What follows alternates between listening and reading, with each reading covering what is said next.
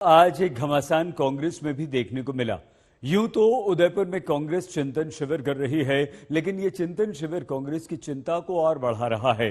एक और शिविर में जहां प्रियंका गांधी को नया कांग्रेस अध्यक्ष बनाने की मांग उठ गई, तो वहीं दूसरी ओर कांग्रेस में बगावत की नई किश्त जारी हो गई।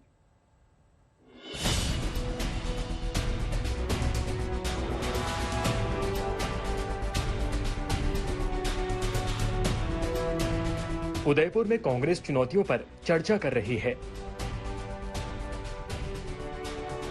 पार्टी के भविष्य की रणनीति पर चिंतन कर रही है। सोनिया गांधी एकजुटता का संदेश दे रही हैं, भविष्य में बड़े बदलाव का संकेत दे रही हैं।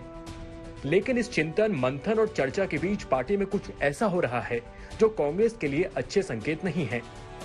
कांग्रेस के चिंतन शिविर के बीच हुई पंजाब कांग्रेस के वरिष्ठ नेता सुनील जाखड़ ने पार्टी को गुड बाय कह दिया। इतना ही नहीं, अपने फेसबुक लाइव में उदयपुर के चिंतन शिविर पर सवाल खड़ा कर दिया।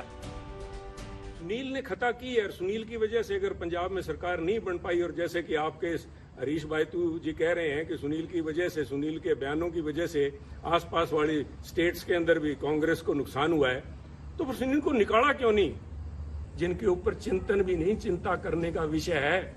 आज आपका भी इम्तिहान है, और वो जो 450 सो कॉल्ड सीनियर लीडरशिप बैठी है, आज मैं देखना चाहूंगा कि कितने लोग खड़े होकर सच्चाई पे पहरा देते हैं। हालांकि कांग्रेस नेता इन आरोपों को गलत बता रहे हैं, अपनी बात सही मंच पर रखने की बात कह रहे हैं। मेरे तो छोटे भाई हैं, उनके पिताजी मेरे पहले संसदीय गुरु थे, तो उन्होंने मेरे लिए कुछ भी कहा वो मुझे अच्छा लगेगा। वो यहाँ होते तब वो लोगों के भावों को सुनते, कहते, और या उसकी पूरी जानकारी लेकर के कहते। यहाँ ठोस कठोर धरातल पर बातें हो रही हैं, लोग बिल्कुल अपने दिल की बात कह रहे हैं। और कांग्रेस प्रेसिडेंट ने स्वयं कहा, आप खुल करके कहिए, खुल करके आलोचनाएं कीजिए, खुल करके समालोचना करिए और रास्ता निकालिए। लेकिन राज्यों में पार्टी नेताओं में जारी गुटबाजी के चलते ये राह इतनी आसान भी नहीं।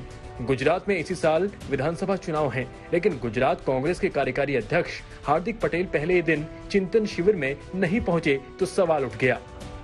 पहली बात कि उब गए हैं, नहीं गए, उसके पीछे का रीजन यही है कि मेरे कार्यक्रम पहले से सामाजिक समाज के लगे हुए हैं, और एक महीने पहले से जो प्राण प्रतिष्ठा महोत्सव होते हैं मंदिरों के, और उसमें नहीं जाते तो मैसेज गलत जाता है। तो स्वाभाविक है पहले उस कार्यक्रमों में जाना जरूरी है। भले ही हार्दिक पटेल पहले से तय कार्यक्रम की दलील दे रहे हैं, लेकिन पार्टी से अपनी नाराजगी की बात भी खुलकर कह रहे हैं। हार्दिक पटेल का कहना है कि पद मिलने के 2 साल बाद भी न उनका काम तय है और न भूमिका। वो तो सबको मालूम है कि क्यों नाराजगी है। वो तो पार्टी के हाईकमान तक भी हमारी बात रखी हुई है। कोई पद पाने के लिए नाराजगी नहीं है कि हमको वो बना दो, फलाना बना दो। हमारी बात जो पार्टी के भीतर हमने रखी है वो वर्क के लिए रखी है कि मैं 2 साल से वर्किंग प्रेसिडेंट हूँ। किसी पद देना बड़ी बात नहीं होती।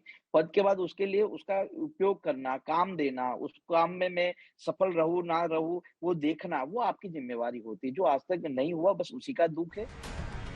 कांग्रेस की सबसे बड़ी कोशिश है कि वो अपने सिकुड़ते जनाधार को वापस हासिल करे, ताकि जमीन पर मजबूती से बीजेपी का मुकाबला कर सके।